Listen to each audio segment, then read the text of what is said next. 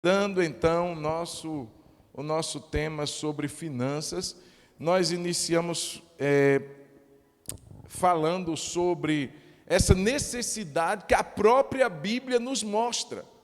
Então, irmãos, existem assuntos que a gente considera de extrema relevância e são, mas que o número de vezes não chega nem quase que a metade do tanto que a Bíblia fala de finanças. Não apenas, irmãos, de uma forma equivocada, unilaterizada, como a gente muitas vezes ouve aqui e ali, de que o crente ele tem que ser próspero, rico e milionário. Porque muitas vezes quando a gente pensa de finanças, é exatamente isso que a gente ouve em muitos lugares. Não é isso, não. A Bíblia fala do modo como a gente trata as finanças, dos cuidados que a gente precisa ter, das nossas responsabilidades que é em relação ao uso dela pessoal, como nós lidamos pessoalmente com ela, como nós lidamos com as finanças em relação à nossa família, as responsabilidades que nós precisamos encarar com relação à nossa casa, também com relação a Deus, a nossa fé, as nossas contribuições, tudo a Bíblia mostrando a maneira equilibrada que nós devemos tratar as finanças. E hoje eu quero findar tratando das finanças com relação aos outros. Qual é o nosso entendimento desse assunto quando diz respeito ao outro? Fecha seus olhos por um instante.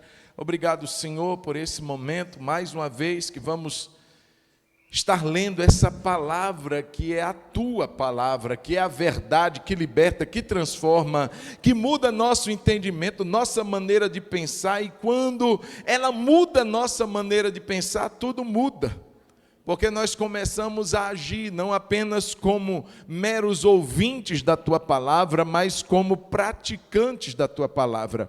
E nós queremos pedir a Ti, Espírito Santo, dá-nos esse entendimento, abre os nossos olhos além, Senhor, da minha capacidade de explanar o assunto. Senhor, faz além, dá-nos um entendimento ainda maior. Enquanto essa palavra é lida, Espírito Santo, trate-a dentro de nós, trabalha do nosso interior, em nome de Jesus, de maneira que saiamos daqui com uma visão e com um procedimento equilibrado e alinhado com a tua vontade, com a tua palavra. Em nome de Jesus, nós já repreendemos todo e qualquer mal que tem atacado as finanças do teu povo. Nós repreendemos todo espírito maligno, todo espírito de mamon, está resistido e repreendido no nome de Jesus. Declaramos que a tua palavra, ela cumprirá o seu propósito nessa hora, nas nossas vidas, em nome de Jesus. Nós oramos, amém, amém, amém, queridos. Em relação aos outros, Jaque, é Jaque que está lá? É Jaque. Letra de número D, para a gente findar hoje, amém, queridos? Depois eu posso postar no grupo os textos bíblicos que a gente leu, para que você possa ter um tempo maior com eles. Em relação aos outros, primeiro, olha só, eu acho que deu uma fechada aqui, eu não sei se... Dá uma abertura, ô sapo, por favor. Nunca deva nada a ninguém. Vamos ler juntos? Nunca deva nada a ninguém. Então, eu tenho que pensar já, irmãos, isso é um princípio. Eu sei que às vezes não tem como evitar, mas veja bem, há pessoas que vivem assim, pegam ali, pegam aqui, pedem emprestado lá. Muitas pessoas, queridos, deixa eu dizer uma coisa, têm um espírito de dadá. A Bíblia diz que a sanguessuga tem duas filhas, uma se chama Dá, a outra se chama Dá. Então as duas juntas ficam dadá. Então tudo pede. E isso é um problema, queridos, porque há pessoas que são movidas por esse espírito, são pessoas que ficam devendo a todos. E olha o que a Bíblia nos ensina. A ninguém, vamos ler juntos? Eu estava lendo em outra versão aqui na minha cabeça. Mas vamos lá. Não fiquem devendo nada a ninguém, exceto o amor de uns para com os outros, pois quem ama o próximo, cumpre a lei. Outras traduções dizem: a ninguém fiqueis a dever coisa alguma. Mesmo sentido, não fiquem devendo nada a ninguém. Veja, não há uma proibição de pedir emprestado. Correto? Você concorda comigo? Não tem. A ninguém peçais nada emprestado. Não tem esse versículo na Bíblia. Ao contrário, tem textos que dizem assim: não se desvie daquele que quer que lhe empreste. Já é uma posição de quem tem para emprestar. Mas pedir emprestado necessariamente não é pecado. Mas não pagar é. Ficar devendo é. Então o texto é muito claro quando diz: a ninguém fiquem devendo coisa alguma. Coisa alguma é coisa alguma. Às vezes a gente não pega emprestado dinheiro. Às vezes pega emprestado um prato, uma caneca, um livro, um bem. A ninguém devais coisa alguma. Pegou, pediu, tem que devolver. Pediu emprestado, tem que pagar. Irmãos, infelizmente, essa situação tem sido motivo de mau testemunho entre muitos crentes. Então vai lá né, Cláudio tinha comércio até um tempo com o Gilson, vai lá na padaria, pendura, tem problema? Se está com um bom nome na praça, não há problema em pendurar. O problema é aquele valor ficar pendurado até Jesus voltar. A pessoa fica dizendo assim: não, mas tem tempo, irmãos, presta atenção. Às vezes aquele que pendurou está precisando daquele valor, fez um favor, não devemos abusar. Então, queridos, existe uma aplicação ampla em relação a isso, mas o princípio é não podemos ficar devendo nada a ninguém. Pediu emprestado? Pediu. Trate de pagar com celeridade, com rapidez. Agora, situações podem acontecer que impossibilite? Pode. Daí vem a questão da transparência, do bom senso e da satisfação. Ô irmão, aqui, pendurei lá aquela compra, ou eu pedi aquilo emprestado, rapaz, estou passando por um momento difícil, eu queria te dar essa satisfação de que eu não esqueci, de que eu vou pagar. Eu estava saindo ontem da escola da Débora, a gente foi fazer a rematrícula dela, e assim que a gente estava saindo, chegou um pai, e ele já chegou falando bem alto: devo, não nego, pago quando puder. Eu achei aquilo interessante, porque, veja bem, era uma satisfação que ele estava dando para a coordenação, para a parte financeira da escola. Estou devendo, mas eu não vou deixar de acertar. Irmãos, nós infelizmente temos visto aí esse tipo de procedimento em muitos que são ou que deveriam ser exemplos. Quer no convívio com os outros, pegam emprestado e não pagam, não devolvem. Muitas vezes nós ouvimos até de pessoas que são crentes no âmbito dos estudos, que pagam a matrícula e não pagam o resto do semestre, e ficam dando barrigada. Irmãos, isso daí não é testemunho de crente. O crente é aquele que pode passar necessidade, passa. Pode pegar emprestado, se for o caso, pega. Mas ele paga. Amém ou não? Ele não fica devendo. Se está no aperto, ele dá satisfação. Porque muitas vezes parece, dá a impressão de que quem emprestou que está errado. Porque aquele que tomou emprestado, ele vira a cara. está devendo fulano, em vez de dizer assim, aqui, segura um pouquinho. Não, fecha a cara. E se vier falar alguma coisa, faz barraco. Bom, eu não entendo esse tipo de procedimento. Graças a Deus, quem é bom não é assim. Você pode dizer amém? Pela fé, a gente diz amém. Né? Se a gente também ficar sabendo de uma situação assim, a gente tem que conversar. Mas veja bem, queridos, nós precisamos tratar essa situação com um coração e um caráter cristão. Eu vou dar satisfação. Irmão, está apertado, segura um pouquinho, eu vou pagar. Na outra semana, manda mensagem, esqueci não, está saindo, previsão, dia tal. Não tem problema nenhum. Agora, fazer de conta que nada está acontecendo. Uma vez eu vi um seminarista orando, eu ouvi, melhor dizendo, não vi, eu ouvi. Ele dizendo, ele tinha um sotaque sulista, eu não vou saber reproduzir, mas ele dizia assim, Senhor Jesus, faz de mim invisível. Como o Senhor fez Daniel invisível para aqueles leões, me faz invisível, Senhor, aqueles a quem eu devo. Eu digo, Jesus, isso não é oração de crente, não. Me faz invisível, Senhor, e que os meus credores não venham contra mim. Seminarista.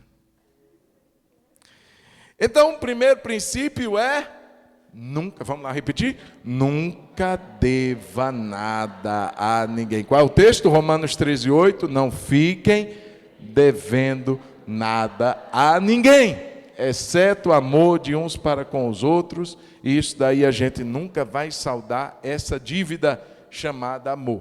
Por mais que você dê, sempre você vai ser um devedor. Nunca vai ter um momento que você quita. Nunca vai ter um momento que você salda essa dívida.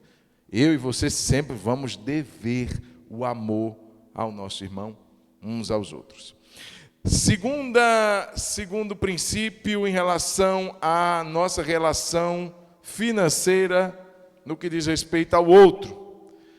Pague os seus impostos. Vamos ler. Pague os seus impostos. Vamos ler o texto? Romanos 13:7. Paguem a todos o que lhes é devido. Não é escolha, é obrigação. Imposto, irmão, é imposto. A quem tributo, tributo. A quem imposto, imposto. A quem respeito, respeito. A quem honra, honra. O que eu tenho em relação ao outro, o que é devido em relação ao outro, eu preciso pagar. Irmãos, e aqui de uma forma muito clara o texto nos mostra a nossa obrigação como cristãos, que embora tenhamos dupla cidadania, nós estamos aqui na terra, mas nós não somos daqui, diz Jesus. Eu estou no mundo, mas eu não sou do mundo. Eu tenho uma cidadania celestial, mas não é isto que me exime de ser alguém que paga suas obrigações. Não é isso que me faz isento de arcar com as responsabilidades civis que eu tenho. Então está chegando a época aí, irmãos, da dor de cabeça, chamada IPVA. Tem que pagar. A dor de cabeça que até tempo atrás a gente não tinha aqui em Contagem, mas que agora tem, IPTU. Aí, lá para o mês de março e abril, a gente tem que fazer nossa declaração do leão, e muitas vezes ele dá umas mordidas aqui e ali, e não adianta dizer, é injusto, irmãos, cada um tem a sua posição, ninguém está sendo obrigado a concordar, mas, daí entre não querer honrar e pagar, é diferente. Burlar, fazer aqueles jeitinhos de que aquilo não seja cobrado. Irmãos, tudo isso é um procedimento inadequado com relação às finanças. A Bíblia é clara, e veja que quem está falando aqui era alguém que tinha uma experiência profunda do outro lado, foi o apóstolo Paulo. Ele disse que foi arrebatado até o terceiro céu. Ele tinha uma consciência muito clara que ele, apesar de estar aqui, ele não era daqui, mas ainda assim ele nos ensina dizendo: pague os seus impostos. Não dê barrigada, não faça aquele jeitinho você que é comerciante, você que... Não pague os seus impostos. Mas é muito, pastor. Mas veja bem, irmãos, existe um princípio e nós não podemos passar por cima dele. Se é imposto, precisa ser pago. Vamos orar. Quantos impostos aí, quantas cargas tributárias já de alguma maneira conseguiram ser diminuídas? É possível, mas não parte de nós. Nós podemos fazer isso através de um voto. Nós podemos fazer isso através de uma petição. Nós podemos fazer isso cobrando aqueles que podem mudar alguma coisa, mas deixar de pagar como uma forma de protesto não é uma forma lícita. Então, pague os seus impostos, pague a todos o que lhes é devido. Veja bem, irmão, Jesus ele passou por um momento assim, eu não está aí eu acrescentei esse texto hoje, mas eu queria que a gente lesse Mateus 17, 24, já que se puder colocar na Bíblia. Mateus 17, 24, uma situação em que Jesus, ele é cobrado em relação a um imposto. Então Jesus, irmão, presta atenção, nós estamos falando do Criador dos céus e da terra. Ele poderia dizer assim: ei, quem fez tudo fui eu. Não vou pagar nada. Mas olha o exemplo que ele deixa.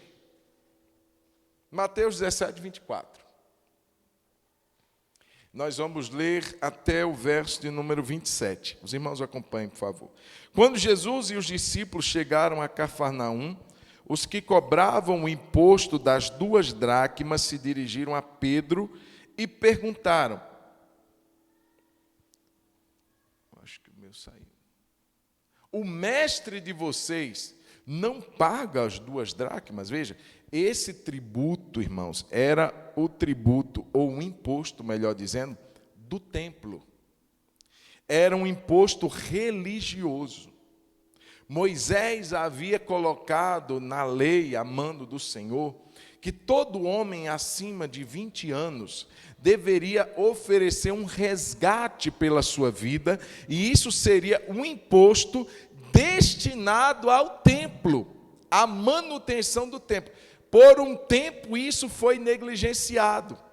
Quando existiam as reformas religiosas, como em Esdras, por exemplo, você vai ver que esse imposto voltava a ser cobrado, porque era como uma obrigação que o povo tinha em relação à casa de Deus, mais ou menos como as nossas ofertas, mas não podemos categorizar como um imposto. Mas aqui na lei de Moisés era um imposto, o imposto das 2 dracmas, que era destinado ao templo.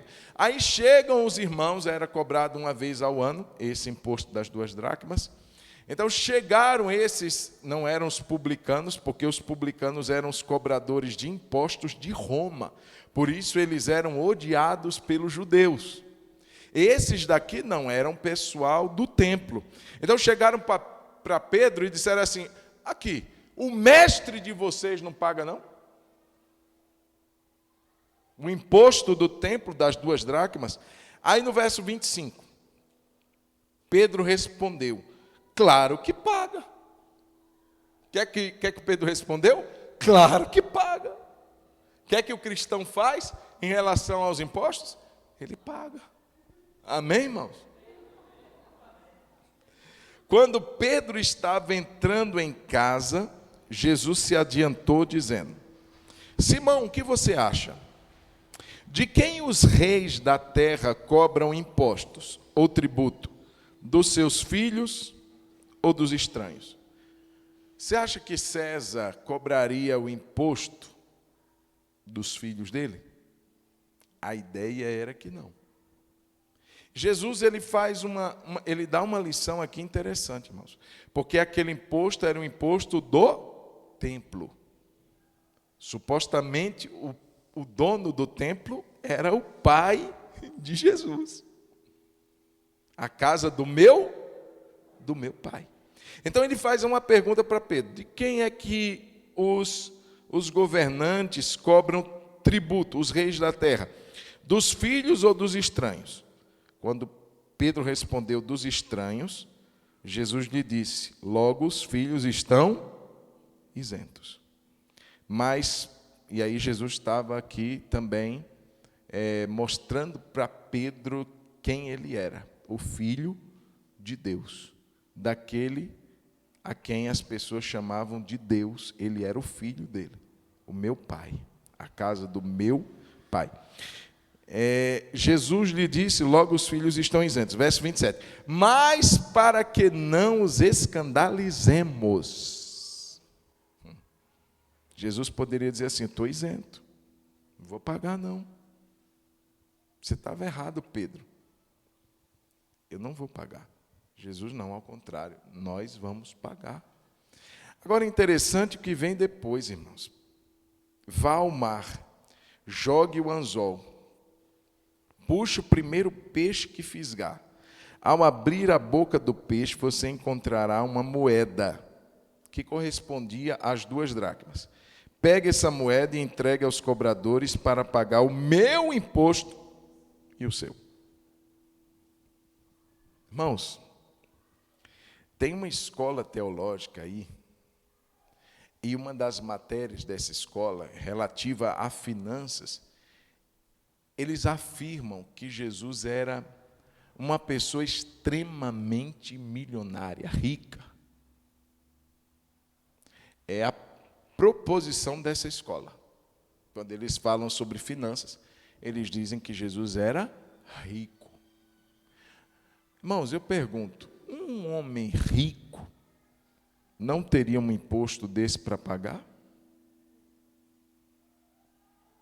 A ponto de existir aqui uma manifestação poderosa da provisão de Deus. Porque, irmãos, veja bem, vá lá, Pedro, e fisgue o primeiro peixe. E o primeiro peixe que você fisgar, você abre a boca dele, tem uma moeda lá dentro que corresponde ao pagamento do imposto meu e seu. Ou seja, nem eu tenho, nem você tem.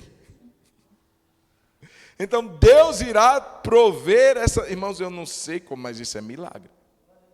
Pedro, eu já percebo que ele era um exímio pescador, e ele já havia pescado de tudo, mais um peixe que engoliu uma moeda. E Jesus, de uma forma clara, ele diz: não vai ser o segundo peixe, não vai ser o terceiro, vai ser o primeiro que você fisgar, porque isso não vai ser uma obra comum, não vai ser uma obra do acaso, isso vai ser uma manifestação da provisão de Deus, e eu creio, irmãos, que Deus faz isso conosco também. Mas em nenhum momento também nós vemos Pedro sendo orientado a não fazer nada. Pedro, fica tranquilo, o peixe vai pular. Eu assisti um filme aterrorizante quando eu era pequeno, chamava Piranhas Voadoras. Irmãos, as piranhas saíam do mar com asas assim, e elas voavam em direção a quem estava na praia. Irmãos, não existia peixe voador aqui, não. Pedro ia ter que ir pescar. Pedro ia ter que pegar o anzol e ir em busca desse primeiro peixe. Eu não sei quanto tempo ele demorou para fisgar o primeiro peixe, mas o primeiro peixe que ele fisga tem uma moeda lá na boca dele, que seria usado para pagar o imposto dele e de Jesus. Então veja, existia uma provisão de Deus. Deus providenciou o que eles não tinham, mas o homem precisou fazer alguma coisa, ele precisou trabalhar. Qual era a profissão de Pedro? Agricultor? Não, era pescador. E Jesus faz exatamente o que é o trabalho de Pedro, vai buscar um peixe. Só que esse peixe você não vai vender, ele já vai ter o que você precisa na boca dele. Então, irmãos, a gente vê aqui tantos ensinamentos, apesar de não ser um imposto civil, era um imposto religioso, que Jesus levava ele a sério, que Jesus não se omitiu de pagar, embora o pudesse, embora ele pudesse se isentar dele, porque ele era o filho do dono da casa, mas ainda assim, para dar exemplo, para que não houvesse escândalos, ele disse assim, vamos pagar. Olha que entendimento, irmãos. Quantas pessoas estão sendo escandalizadas por aqueles que deveriam dar o exemplo. Então Jesus aqui, ele dá a Pedro e a nós exatamente a lição que Paulo dá em Romanos. Não fique devendo, você tem que pagar. Quem imposto, imposto, a quem tributo, tributa, a quem respeito, respeita, a quem honra, honra. Dê a cada um o que lhe é devido. Esse é um tipo de versículo que poucos dão glória a Deus. Quando pensa assim, meu Deus, já vem aí, a gente passa quase 4 meses pagando, o salário é só para pagar impostos. O brasileiro, aquele discurso que a gente já está cansado de ouvir, irmão, mas não tem como mudar. Por esses meios da omissão, de não pagar, não tem. Por outros meios legais pode até vir a acontecer, mas não é se furtando, se negando a pagar que a gente vai mudar nada. Pelo contrário, a gente vai escandalizar. Quem está entendendo diz amém. Terceiro ponto, seja fiel com as posses alheias ou com a posse dos outros. Pode passar para o terceiro, Jaque. Vamos ler juntos? Seja fiel com a posse dos outros. Jesus está contando uma parábola aqui de um mordomo infiel, mas olha o que ele frisa no verso 12. Ele fala muitas coisas aqui. Quem é fiel no pouco, vai ser fiel no muito. Quem é infiel no muito, vai ser infiel também no muito. Enfim, a gente esses dias conversava, irmãos, que uma pessoa que hoje tem coragem para guardar R$1 no bolso, R$1 que não é dele. Ele viu R$1 caindo do bolso do outro, e ele pisa em cima, espera o outro ir embora, e ele pega aquela moedinha, guarda no bolso. Ele fará exatamente isso com R$10. Ele fará exatamente isso com R$100. Ele fará exatamente isso com R$1.000. Ele fará exatamente, não tem limite não, porque o problema não é a quantidade, é a oportunidade. É o caráter deformado que a pessoa tem. E aí Jesus trata de vários pontos nessa parábola do mordomo infiel. Mas no verso de número 12, ele diz assim: se vocês não são fiéis na aplicação do que é dos outros, diga comigo, dos outros. Vamos dizer mais uma vez, dos outros. Quem lhe dará o que é de vocês? Olha o ensinamento. Se você não é fiel com o que é do outro, você nunca vai ter o que é seu. E o seu também nunca vai prosperar. Essa lição é interessante, irmãos, e ela cabe justamente para quem mexe com o que é do outro. Funcionários que mexem com o dinheiro dos seus patrões.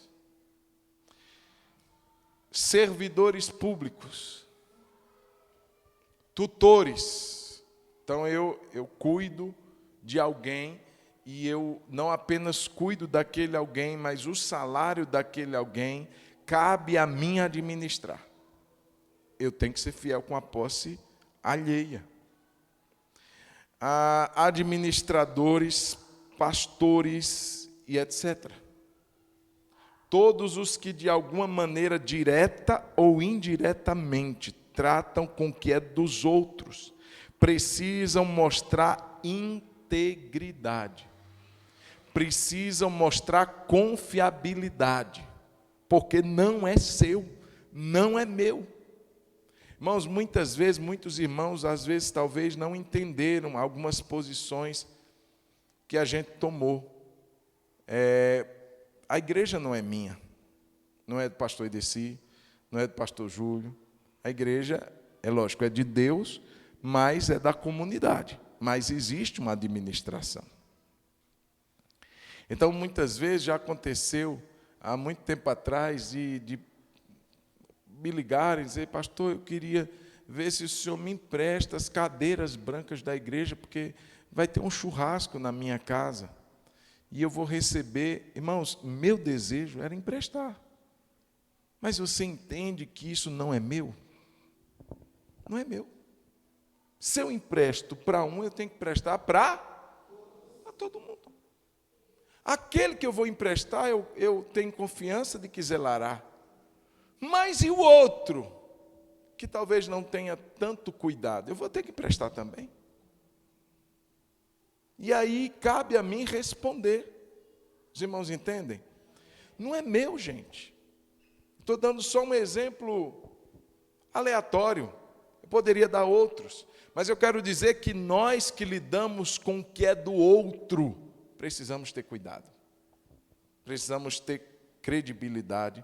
Precisamos buscar confiança para dizer: olha, eu tenho nas minhas mãos o que não é meu.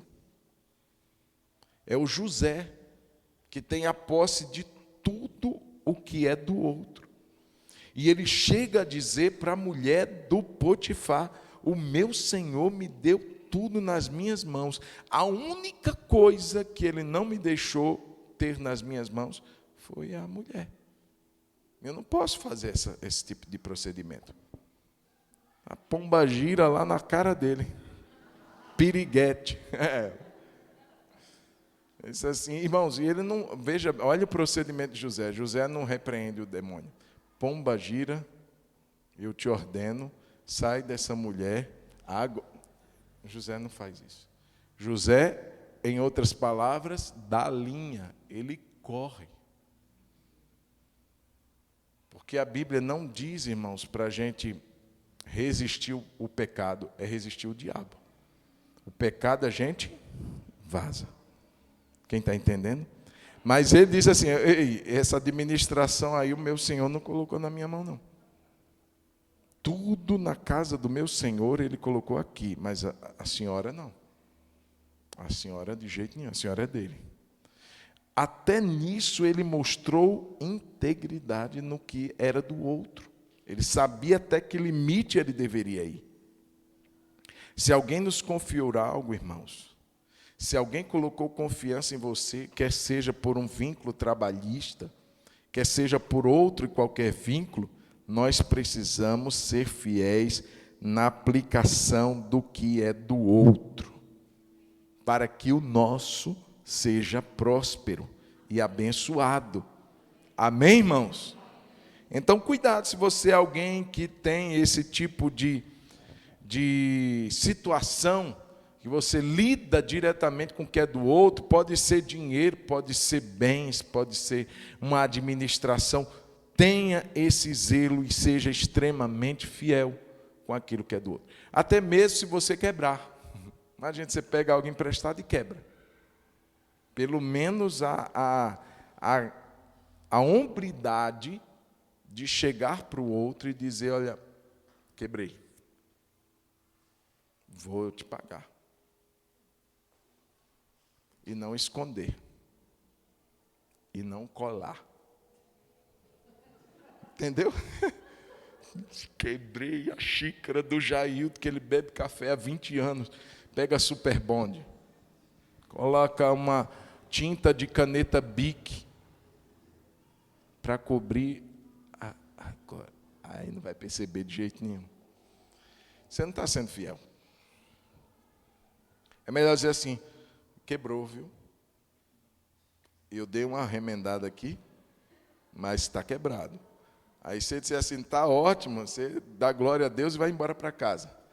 Você disse, você é doido, moço, isso daqui era do meu tataravô, do meu tataravô. Aí você diz assim, então me diz o valor. Ser fiel, gente. Não é seu, não é meu, seja fiel. Amém? Quarto, cuidado.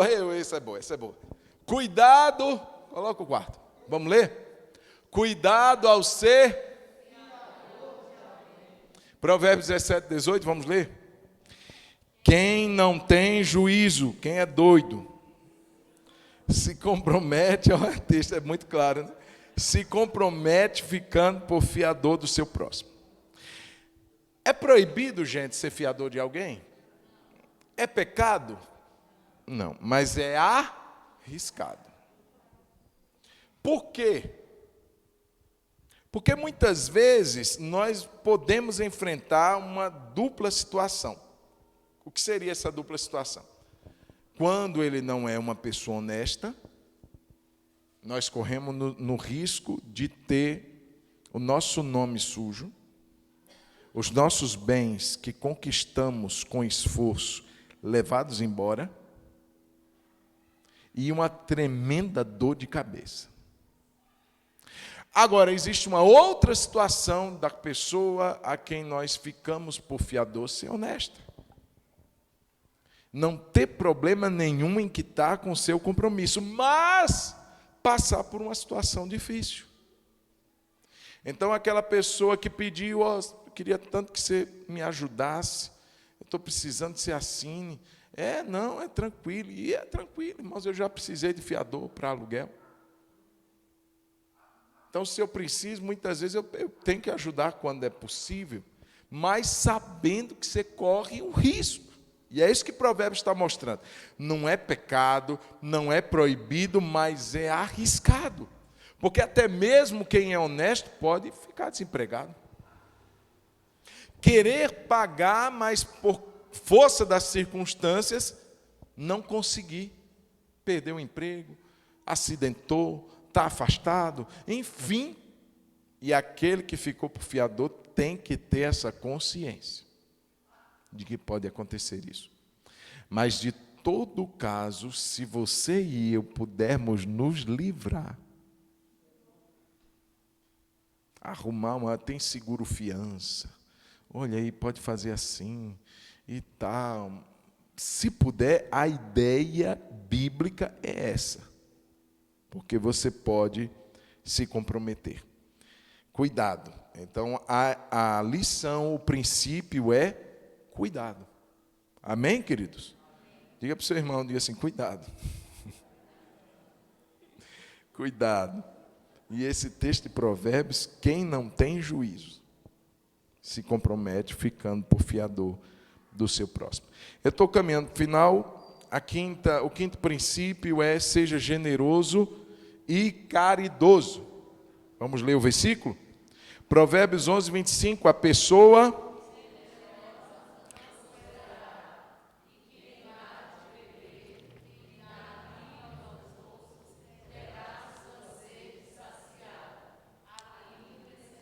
Deixa eu te explicar. O que está entre parênteses é da Bíblia Viva. A Bíblia Viva diz assim, aquela pessoa que dá alívio aos outros, alívio receberá. O que é esse dar alívio? É ser generoso, é ajudar. Então, você está em casa, lembra de alguém, e talvez sem até que a pessoa te procure, você sente de ajudar. Você sente de semear, você tem um desejo interior de mandar uma oferta para ela. Às vezes você não sabe, mas você está promovendo alívio àquela pessoa. Você está sendo generoso com aquela pessoa. Você viu uma situação, você viu um problema que a pessoa está vivendo, uma conta que ela está querendo pagar e você tem condições de ajudar, você está dando alívio àquela pessoa. E aquele que dá alívio, o texto diz, alívio receberá. Deus, já diz o ditado, não deve nada a ninguém. Aquele que empresta ao pobre, aquele que dá ao pobre, melhor, empresta a Deus. Então é um princípio, a generosidade, ela traz generosidade também. Se você é generoso, a alma generosa, diz o texto, prosperará. Irmãos, isso é uma matemática divina. Isso não se explica em cursos de contabilidade, não. Isso não se explica em questões de matemática, de lógica. É assim que funciona o reino de Deus. Quanto mais generosa é a pessoa, quanto mais ela abençoa, mais próspera ela será.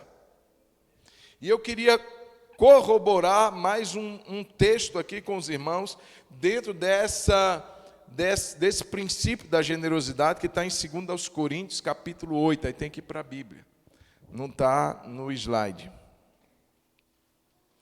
E é interessante nesse texto que nós vamos ler agora, que generosidade não tem nada a ver com condição. Veja o que a gente vai ler.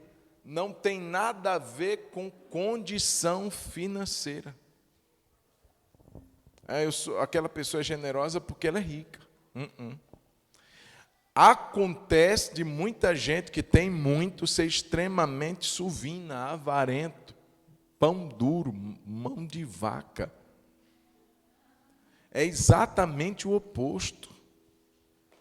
Tem ricos que não são generosos, tem pobres que são extremamente generosos. O texto que vamos ler, 2 Coríntios capítulo 8, também, irmãos, verso 1.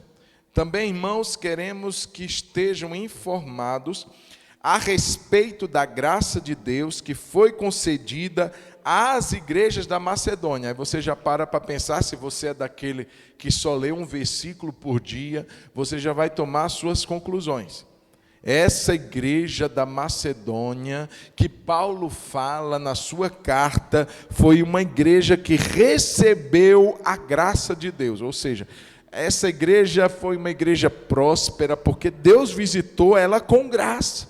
Certamente era uma igreja rica, certamente era uma igreja de posses, certamente era uma igreja próspera. Aí o verso 2. Por que ela era uma igreja que demonstrava a graça de Deus? Porque no meio de muita prova de tribulação, manifestaram a abundância de alegria, e a profunda pobreza deles transbordou em grande riqueza de generosidade. Irmãos, olha o que ele diz, que essa igreja era uma igreja profundamente pobre. E apesar ou ademais de ser uma igreja profundamente pobre, ele diz que eles demonstraram grande riqueza. Porque a riqueza da igreja não era contabilizada pelo que eles tinham em saldo, em caixa.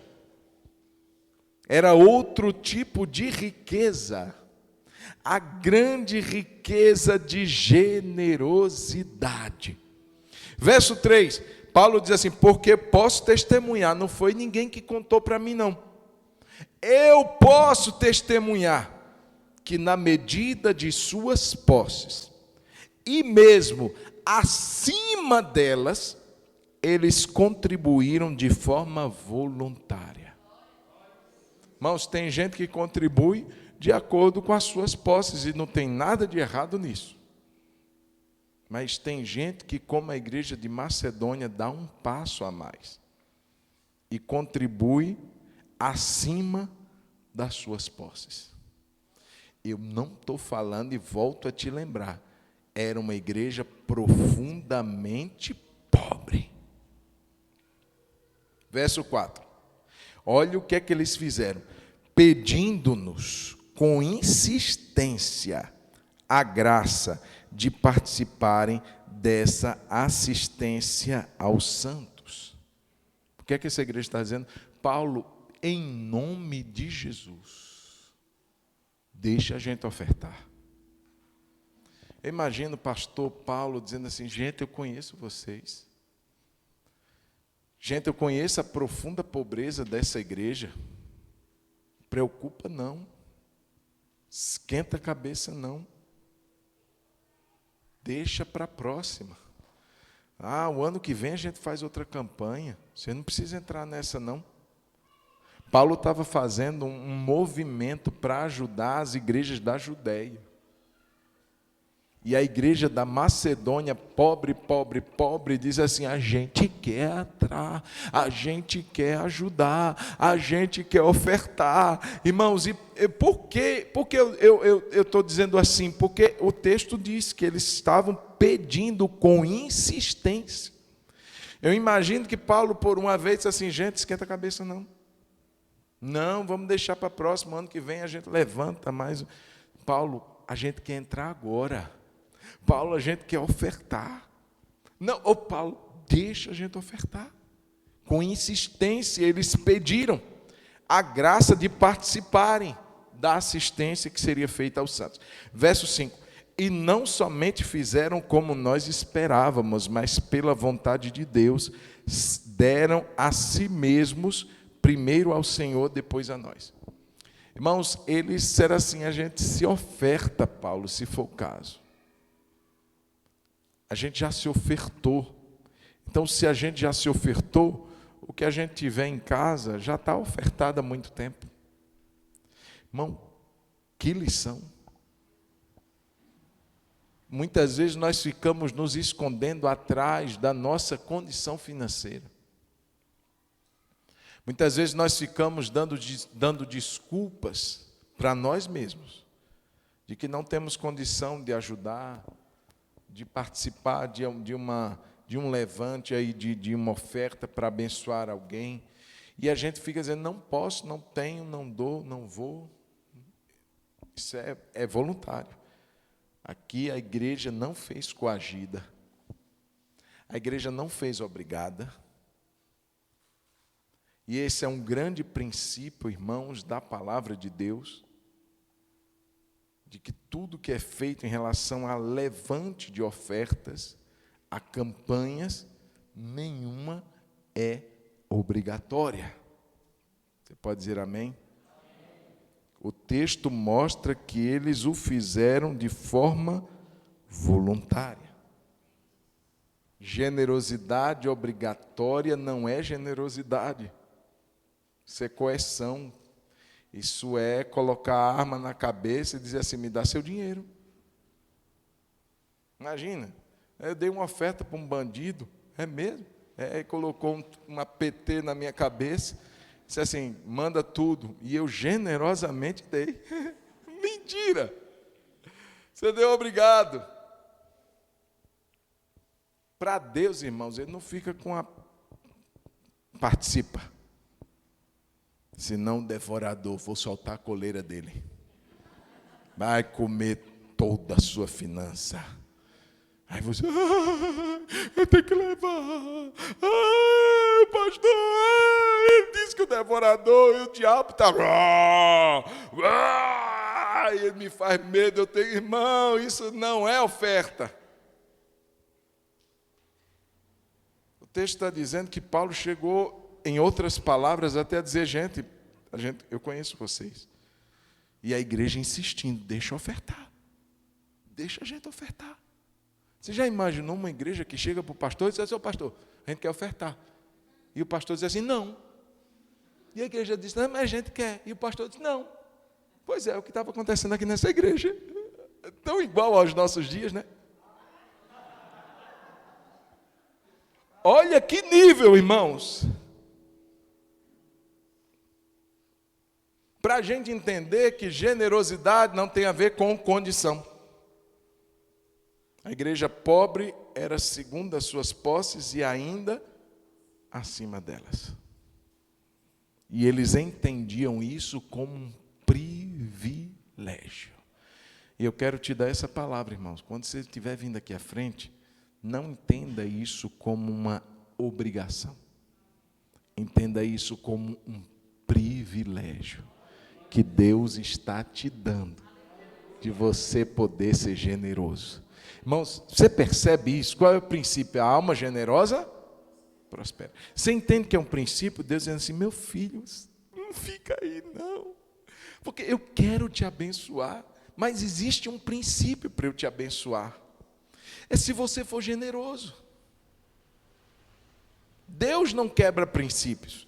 A alma generosa prospera. Se a minha alma não prospera, ou melhor, se a minha alma não é generosa, não vai prosperar. É coerente? Sim ou não? Sim. Então Deus, quando diz assim, traz. Quando o profeta chega para a viúva e diz assim, traz primeiro para mim, é porque ele entendia que existe um princípio, e Deus se vale muitas vezes, e na maioria delas, desse princípio. Seja generoso, e você vai prosperar. Então, queridos, não é uma questão de ser amaldiçoado, é da gente fechar as portas. Quando eu me fecho para a generosidade, eu me fecho para a prosperidade. Glória a Deus. E para terminar, busque igualdade. Coisa difícil, mas em escalas que a gente possa fazer isso, em escalas e em situações que a gente possa promover isso, vai ser muito bom. Olha o que diz 2 Coríntios 8,14, neste momento, a abundância de vocês, que vocês têm, supre a necessidade deles, para que a abundância deles venha a suprir a necessidade que vocês vierem a ter. Assim haverá igualdade, como está escrito, quem recolheu muito não teve demais, e o que recolheu pouco não teve falta. Já imaginou, irmão, chegarmos a um momento como esse? E eu digo, num nível de sociedade, parece quase que utópico, que eu entendo que talvez nesse reino de homens, a gente nunca vai viver isso. Por isso que a gente é instigado a orar, venha a nós o teu reino. Porque ele está dizendo que o que recolheu muito, não teve muito. E o que recolheu pouco, não teve falta.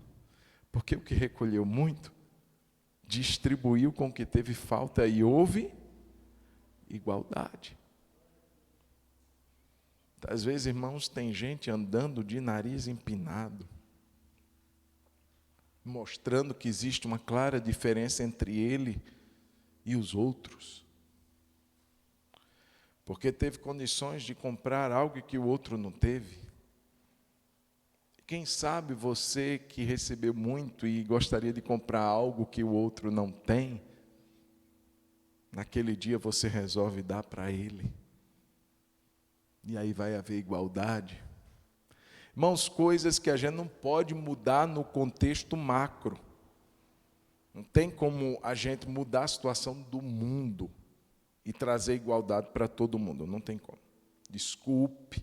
Talvez você gostaria de dizer assim, não, isso vai acontecer. Irmãos, sinceramente, só no reino de Cristo. Amém? Por isso que a gente apressa, venha o teu reino, Senhor, venha o teu reino. Mas veja, se é um princípio do reino, ele já pode começar a ser vivido por nós hoje. Em menor escala, na proporção que a gente puder. Eu não posso, olha, se eu recolhi muito, e eu tiver demais, e olhar para o que recolheu pouco, e o ver com menos, e eu não fizer nada, eu estou errado. Aproveitando, nós vamos fazer a nossa viagem para norte de Minas, agora em janeiro. Já estamos aí recolhendo cestas. Hoje já recebemos ali 15 cestas básicas. Roupas, se você tiver, dá uma sondada. Para que tanta roupa, irmão? Para que tanta? A gente não consegue vestir. Tem gente que se vestir uma roupa diferente a cada dia do ano ainda não esgota. Ainda não esgota. Então, quem sabe é hora da gente praticar isso daqui. Jesus, essa semana, esses dias agora, eu vou dar uma olhada no meu guarda-roupa, na minha sapateira. Quem pode dizer amém? E vou dar uma enxugada. Pegar algumas coisas lá e vou mandar para norte de Minas. Amém? Vou mandar para os meus irmãos, vou mandar para aqueles que forem alcançados e eu posso tornar de alguma maneira esse texto uma realidade, ainda que de forma micro, ainda que de forma pequena. Se você tem demais, recolheu muito, não precisa ter demais. Se você recolheu pouco, não terá falta. Olha que coisa boa. Venha o teu reino, Jesus. Amém?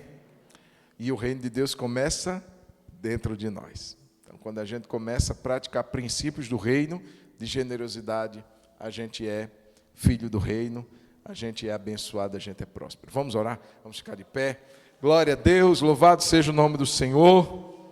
Hoje nós findamos esse tempo de meditação sobre finanças. Vou postar esse esboço lá no grupo para você que quiser reler os textos, ok?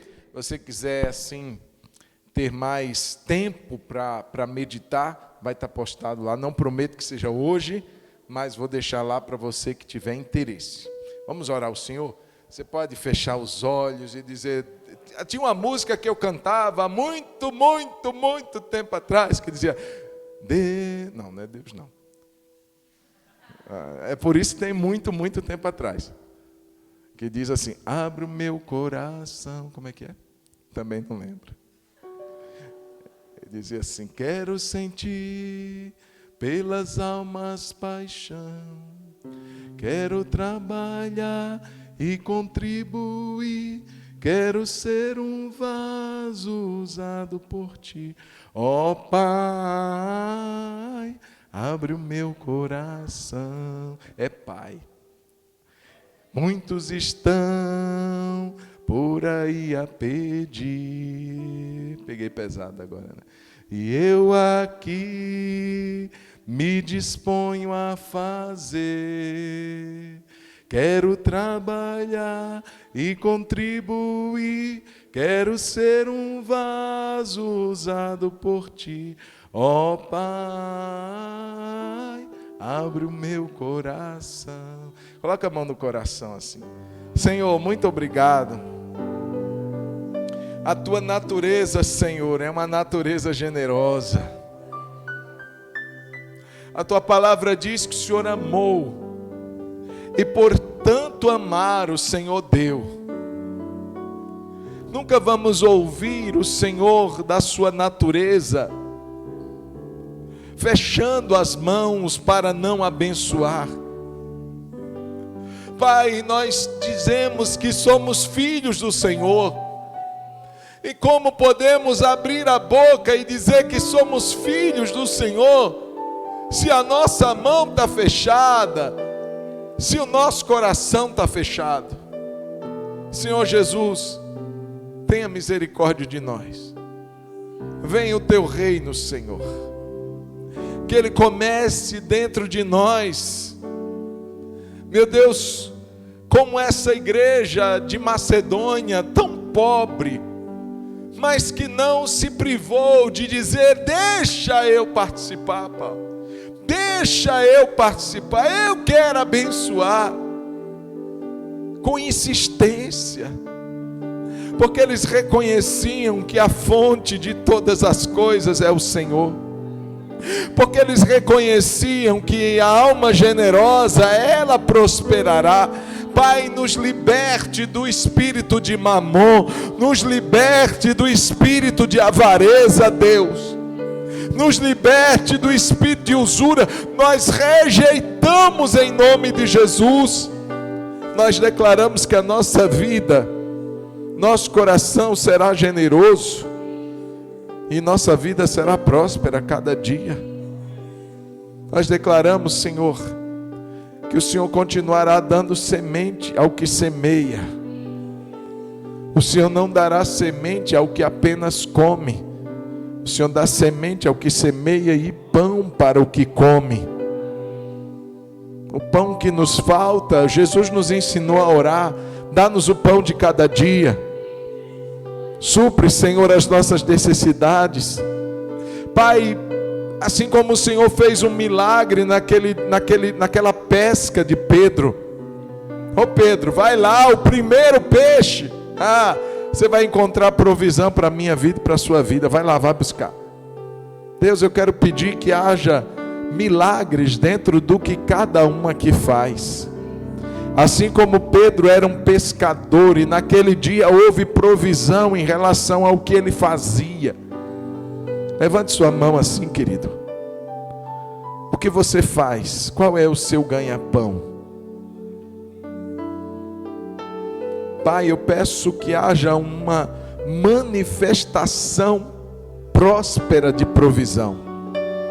Pai, eu peço que, da mesma maneira como o Senhor disse para Pedro, que a provisão viria do que ele trabalhara, do que ele fazia, da sua ocupação, vai lá e pesca. Eu quero dizer que dentro do que cada um aqui faz, o Senhor trará provisão. Virá provisão, virá provisão, virá provisão. Mais do que você imagina. Mais do que você imagina. Porque Jesus disse, vai ter para pagar o meu e vai ter para pagar o seu. Então Deus, mais do que a gente imagina, traz essa provisão. Em nome de Jesus. Diga amém, amém, amém, amém. Aleluia. Ora maia charamanacanda labasu.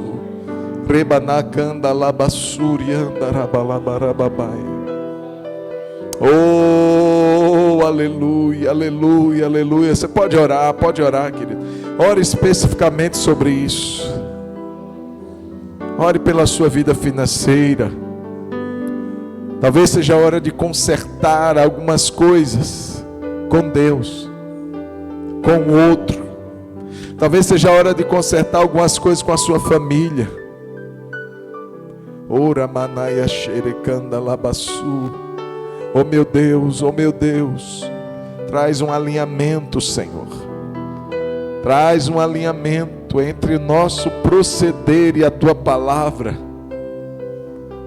Meu Deus, em nome de Jesus, nós declaramos a bênção do Senhor sobre a nossa vida financeira. Porque a bênção do Senhor enriquece, mas não acrescenta dores. Não tem tormento, não tem ansiedade, não causa dores, não traz males. Essa é a tua bênção. E é isso que nós oramos nessa noite. Para que esta bênção visite os nossos celeiros, para que essa bênção visite as nossas despensas, para que essa bênção visite a nossa vida, nossa casa.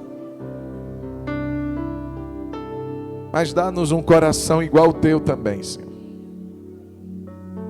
Que mesmo sendo rico, se fez pobre, por amor a nós. E por meio da sua pobreza, na qual o Senhor se fez, nós nos tornamos ricos. Senhor Jesus, dá-nos olhos e sensibilidade. Queremos ser um povo generoso, que abençoa, que consegue enxergar necessidades, mas que não fica distante, que não fica se desculpando e dizendo, Deus usa pessoas que têm mais, mas que o nosso coração esteja pronto para aquilo que o Senhor colocar aqui, a gente possa fazer. Cada um contribua segundo tiver proposto no seu coração. É o que nós te pedimos, Senhor. Em nome de Jesus. Você pode dizer amém? Amém. Vamos aplaudir Jesus mais uma vez. Glória a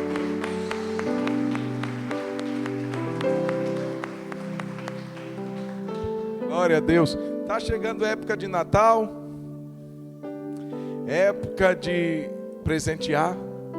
E eu ouvi alguém uma vez escrevendo isso. Honre os pequeninos. Ou seja, aqueles que não vão te retribuir. Chame e abençoe quem não vai te chamar e vai te abençoar. Então vai passar aquele pessoal da coleta lá na porta da sua casa. Dá um panetone para ele. Ele nunca vai te retribuir. Ele nunca, talvez nem lembre onde é que você mora. É tanta casa que ele passa. Dá uma Coca-Cola gelada para ele.